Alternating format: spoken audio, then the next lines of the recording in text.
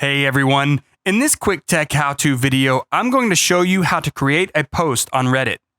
Reddit is a very useful social media platform and a great way to network with like-minded internet communities.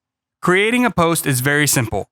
Log into your Reddit account and on the home page, near the top, you should see your Reddit profile icon and a field that says Create Post. Click in that field and it will take you to the page where you can create your Reddit post. Begin by choosing the community you want to post to. Pay attention to the right-hand side of the page. It will load the rules about what you can or can't post for that community. Subreddits are usually very good about moderating the content.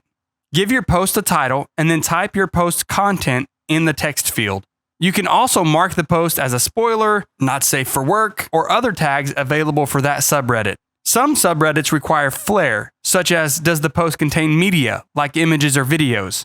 Just select the options that apply to you and click Post. It will be posted, and if there are any issues, a moderator message will show up in your inbox. And that is how you create a post on Reddit. If this was helpful, click the like and subscribe buttons. We have more helpful quick tech how-to videos coming your way.